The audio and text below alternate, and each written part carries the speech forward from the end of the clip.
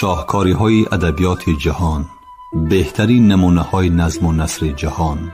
شاهکاری‌های ادبیات جهان، نیروبخش معرفت، شکوفایی شعور و پرتوافشانی فروغ فضل و حکمت در خانه دل شما. از ارمغان معنوی شاهکاری‌های ادبیات جهان بهره‌مند شوید. شاهکاری‌های ادبیات جهان از رادیوی فرهنگ. شنوندگان عزیز، گفتارمون را از سلسله خوانشی بدیعی از روی اثر نویسنده داغستانی رسول غمزتوف داغستانی من در قرائت عبدالجلیل امان بشنوید. گفتار 26.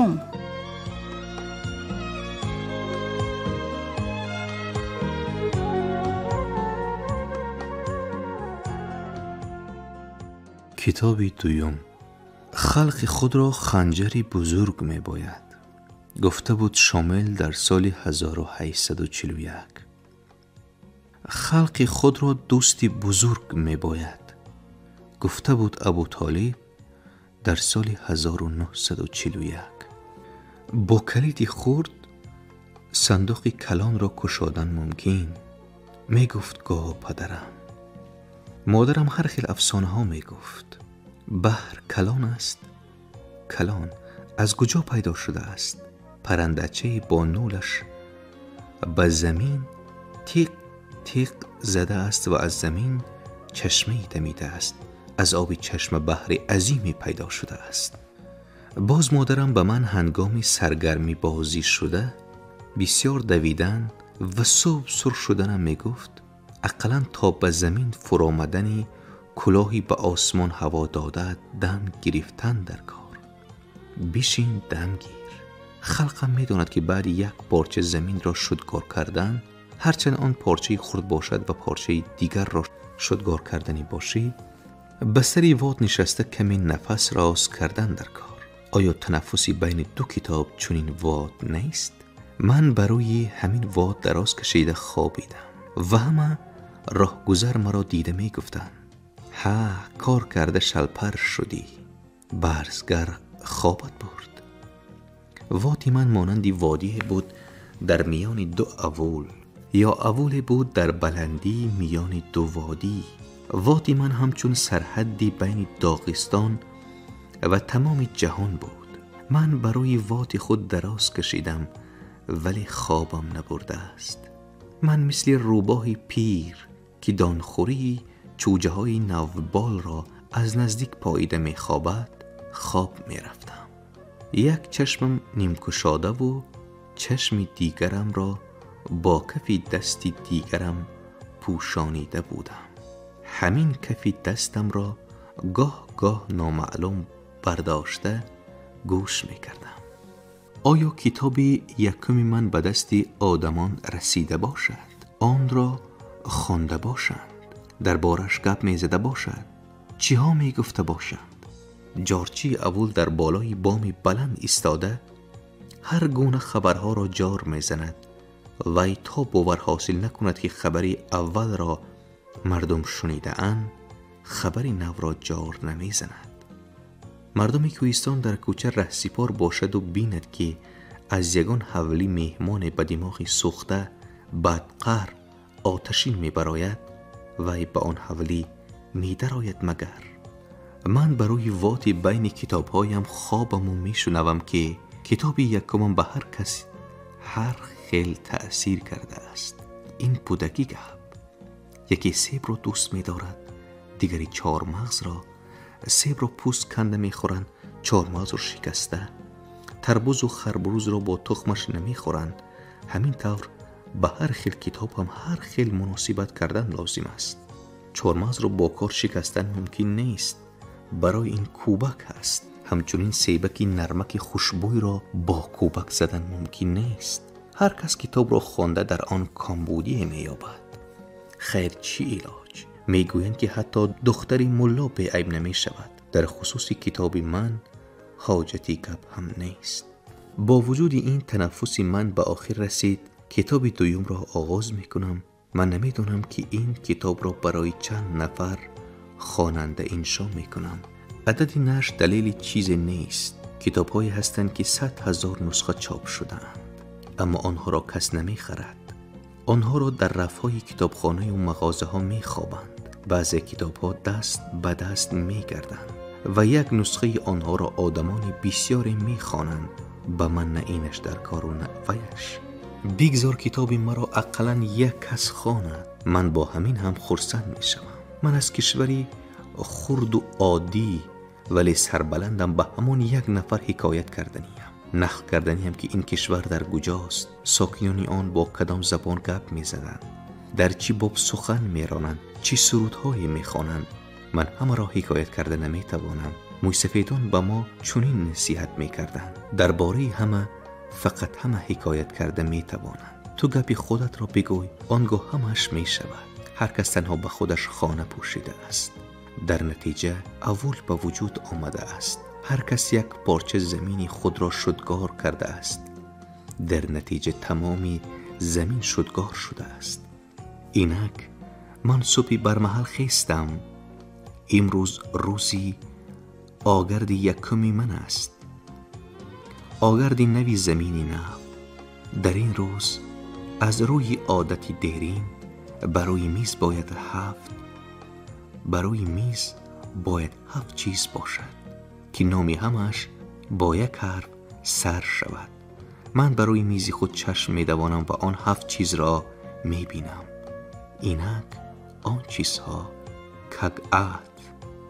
کاغذ، کاغذی تازه، کرندش، قلم نوگشتیس، کارتاچکا، صورت از آن مادرم، کارتا، خریطه از آن کشورم، کافه، قهوه بیشیر بلند، کنیاک داغستانی، پنجاتشه، کزبیک، پپیراس. اگر کتاب را حاضر ننویسم پس کی می نویسم؟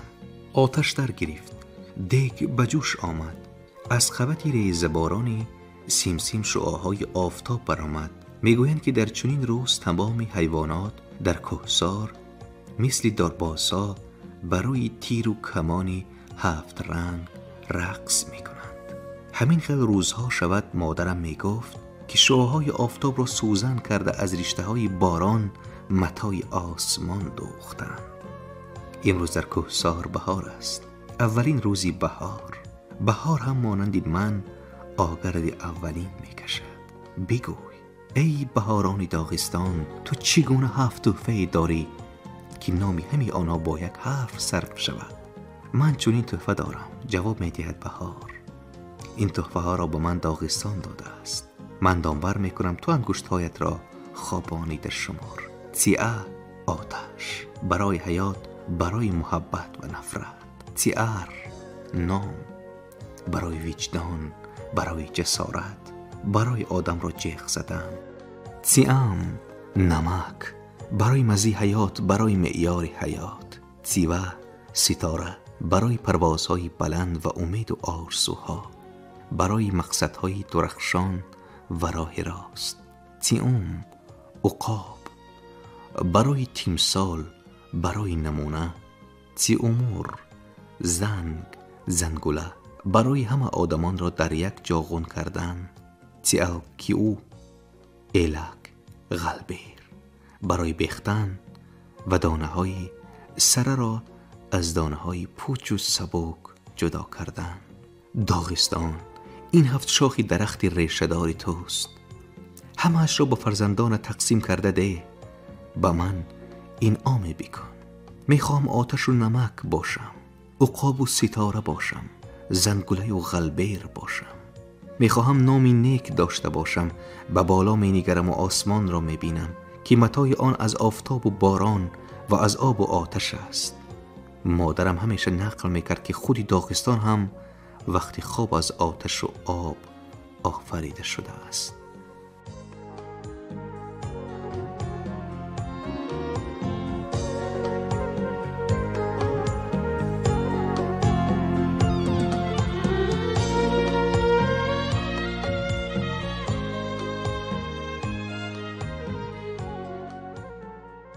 پدر و مادر، آتش و آب.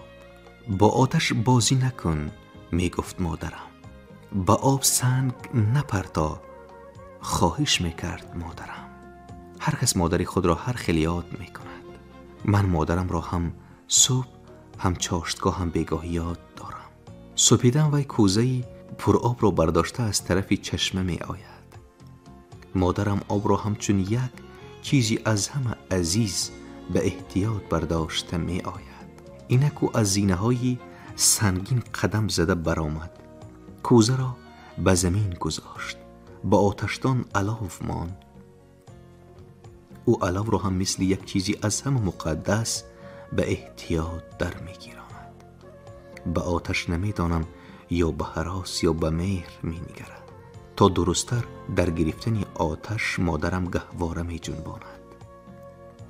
وی گهواره را همچون یک چیزی از همه عزیز به احتیاط می جنباند. نیم روزی مادرم کوزه را گرفته سوی چشمه می رود. بعد به آتشدان علو می ماند. بعد گهواره می جنباند. بیگاهی مادرم در کوزه آب می آرد. گهواره می جنباند. به آتشدان علو می ماند. وی هر روز بهار و تابستان، تیر ماه و زمستان چنین کار می کرد. این کارها را سراسیمه نشده با تحمل همچون کارهایی از هم از ضرور و مهم انجام می داد. به آب می رفت، گهواره می جنبانید.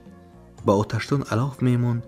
به آب می رفت، گهواره می جنبانید. گهواره می جنبانید. به آتشدان علو می ماند. به آب می رفت. من مادر خود را همین طور به یاد می آرم. هنگامی به آب رفتنش او همیشه به من تاکید می کرد از علو با خبر شده است. هنگامی به آتشدان علو ماندنش چنین می فرمود کوزه را چپه نکن، آب را نریزان. وی باز هنگامی مرا الله گفته خوابانیدنش چنین می گفت پدری داغستان، آتش، مادرش آب. کوههای ما در حقیقت با آتشی سنگ بسته شباهت دارند. اینک از آتش سخن می رانیم. سنگ به سنگ می زنی، شراره می پرد. صخره به صخره می زنی، شراره می پرد. کف را بساوی با کف، شراره می پرد. حرفی به حرف زم کنی، شراره می پرد. ناخن به سرنا زنی، شراره می پرد. از چشم سرنای بین، شراره می پرد. حتی کلاهی کوهستانی که از پوستی بره است، هنگامی دست کردن آتشوار می تابد. اگر مرد کوهستانی چنین کلاه را به سر پوشیده به بام خود براید، برف کوههای نزدیک آب شدن می گیرد. خودی برف هم آتشوار می تابد. شاخهای نخجیر که هنگام طلوع آفتاب در تیغه کوه می ایستد، نغز آتشوار می تابد. شاخها نیز هنگام غروب آفتاب گویا در آتش ارغوانی آب می شوند. ضرب المثل کوهستان هم آتشناک است و اشکای کوهستانی زن هم. نوگی ملکی کمان هم دمی خنجری از غلاف بیرون کشیده هم. اما آتشی از هم فارم و از هم گرم در دل مادر و در آتشدان هر یک خاندان است. اگر مرد کوهستانی در حق خود سخن نیک گفتنی یا عموما خود را تعریف کردنی شود، چنین میگوید: من هنوز به در یگان کس آتش طلبی نرفتم. اگر مرد کوهستانی در حق یگان آدمی بد، آدمی ناسزا کف زدنی شود، چنین میگوید: دودی موری خانش دومی کلموش بری نیست.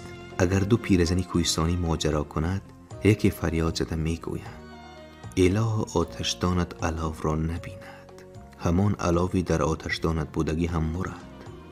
جواب میگرداند دویومی: در حق آدمی جسور کف زدنی باشند، چنین میگویند: وی آدم نه، آتش.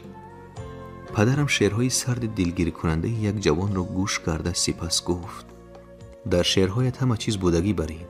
همین خیل می شود که خانه هست، آتشدان هست، هیزم هست، دیگ هست. در دیگ حتی گوشت است اما آتش نیست. خانه خنک، دیگ نمی جوشد، گوشت مزه ندارد، آتش نباشد، زندگی هم نیست. خلاصی کلام، به شعرهای تو آتش لازم.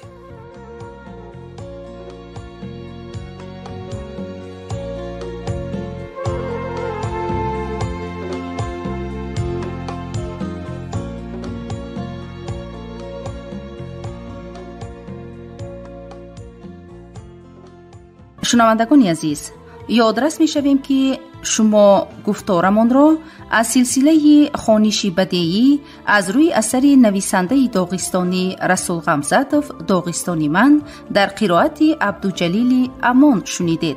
کارگردان موجیگول یوسفووا. پایان گفتار 26.